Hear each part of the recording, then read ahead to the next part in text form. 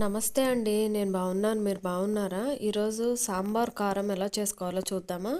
దీన్నే ఈ మధ్య కూర కారం కూడా అంటున్నారండి. సాంబార్ కారం అంటారు మా ఏరియాలో. మామూలుగా అయితే సాంబార్ కారాన్ని సంవత్సరానికి ఒకసారి మనం ఎండుమిరపకాయల కారం చేసుకుంటాం కదండి.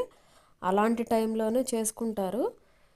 ఎండుమిరపకాయలు వేయించి దాంట్లో వేసే ధనియాలు, మెంతులు, జీలకర్ర ఇవన్నీ కూడా వేయించి అప్పుడే మిల్లుకి పట్టించుకుంటారండి. నేను అలా కాకుండా నేను ఎప్పటికప్పుడు వాడుకునే అంత నేను సపరేట్గా చేసుకుంటానండి. అంటే పచ్చికారం నేను తీసుకొచ్చి నిలవబెట్టుకొని నేను ఎప్పటికప్పుడు ఒక పావు కేజీకి ఒక అర కేజీకి అలా కారానికి నేను చేసుకుంటా ఉంటానండి.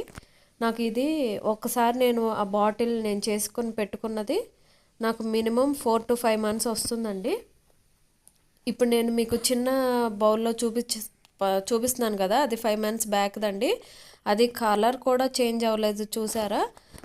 నేను చెప్తున్న ఈ టిప్స్ పాటించండి, మీకు కలర్ చేంజ్ అవ్వదు. ఈ మధ్య కారము ఆరెంజ్ కలర్లోకి వచ్చేస్తుంది, లేదా లైట్ కలర్లోకి మారిపోతుంది కదా, అలా అవ్వకుండా ఉంటుందండి. ఒకసారి ట్రై చేయండి. ఇప్పుడు అసలు నేను చేస్తున్న పచ్చికారం కూడా నాది 2 years బ్యాక్దండి కారం. నేను 2 years నుంచి ఆ కారంలోనే నేను 2 years బ్యాక్ నేను పట్టించుకున్న కారంలోంచే నేను కొంచెం కొంచెం కాడికి నేను చేసుకుంటూ వస్తున్నానండి.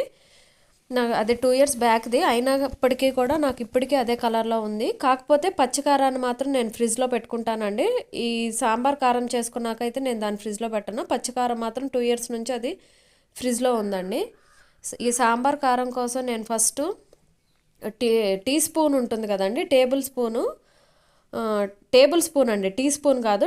అంటే మన దగ్గర ఉన్న స్పూన్స్లో కొంచెం పెద్ద స్పూన్ అండి. ఆ స్పూన్తో 1 స్పూన్ జీలకర్ర, ఒక పావు వంతు మెంతులు, ఒక 3 స్పూన్స్ ధనియాలు తీసుకున్నానండి. ఒక వెల్లుల్లిపాయ ఫుల్గా తీసుకున్నానండి.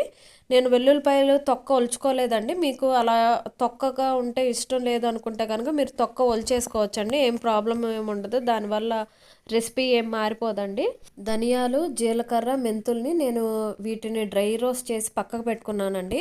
ఇవి వేయించుతుంటే స్మెల్ వస్తుందండి, మంచి కమ్మని వాసన వస్తుంది. అప్పుడే అవి వేగినట్టు అండి. పక్కకు పెట్టుకున్నాను ఆరే వరకు.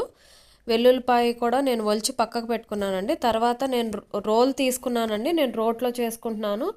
మీకు రోలు లేదు అంటే కనుక మిక్సీలో కూడా చేసుకోవచ్చండి. కాకపోతే పల్స్లోనే, అంటే పలుకుగానే ఉండాలండి అవన్నీ. స్పైసెస్ మరీ పొడి పొడిగా అయిపోకుండా పలుకుగా ఉండేటట్టు పల్స్లో పెట్టి మీరు మిక్స్ చేసుకుంటే సరిపోతుందండి. నేను ఫస్ట్ రోట్లో ధనియాలు, జీలకర్ర, మెంతులు వేసి నేను నూరుకున్నానండి. నూరుకున్న తర్వాత కచ్చాపచ్చాగా నేను నూరుకున్నాను, మీరు చూశారు కదా. తర్వాత వెల్లుల్లిపాయలను కూడా నేను కచ్చాపచ్చాగా అదే రోట్లో వేసి దంచుకున్నానండి.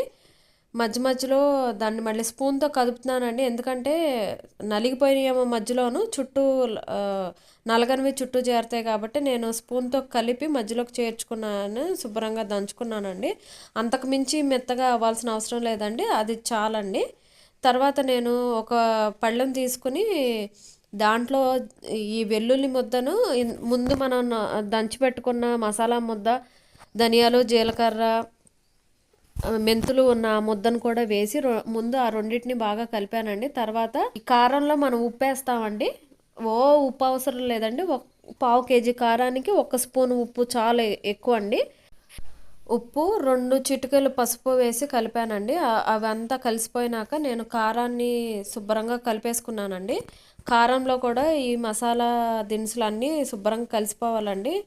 ఎక్కడ గడ్డలు గడ్డలుగా లేకుండా శుభ్రంగా కలుపుకున్న తర్వాతే నూనె వేసి కలుపుతున్నానండి.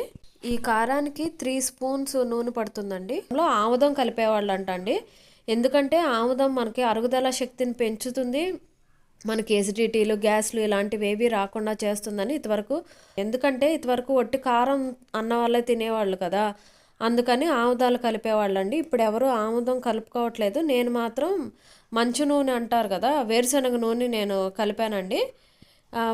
అది దీంట్లో కలుపుకునే నూనె మాత్రం ఫ్రెష్ నూనె వాడండి. అంటే డీప్ ఫ్రైస్ చేసి పక్కకు పెట్టుకున్న నూనెలు మాత్రం వాడకండి, ఎందుకంటే దాంట్లో చిన్న చిన్న పార్టికల్స్ వల్ల ఎక్కడన్నా ఉంటే కనుక ఆ పార్టికల్స్ వల్ల కారం మొత్తం పాడైపోతుందండి. అందుకని ఫ్రెష్ నూనె యూస్ చేసుకోండి.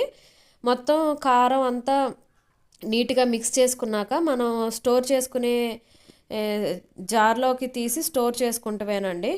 ఈ ప్రాసెస్లో చేయటం వల్ల ఎన్నాళ్ళున్నా కారం కలర్ చేంజ్ అయిపోదండి.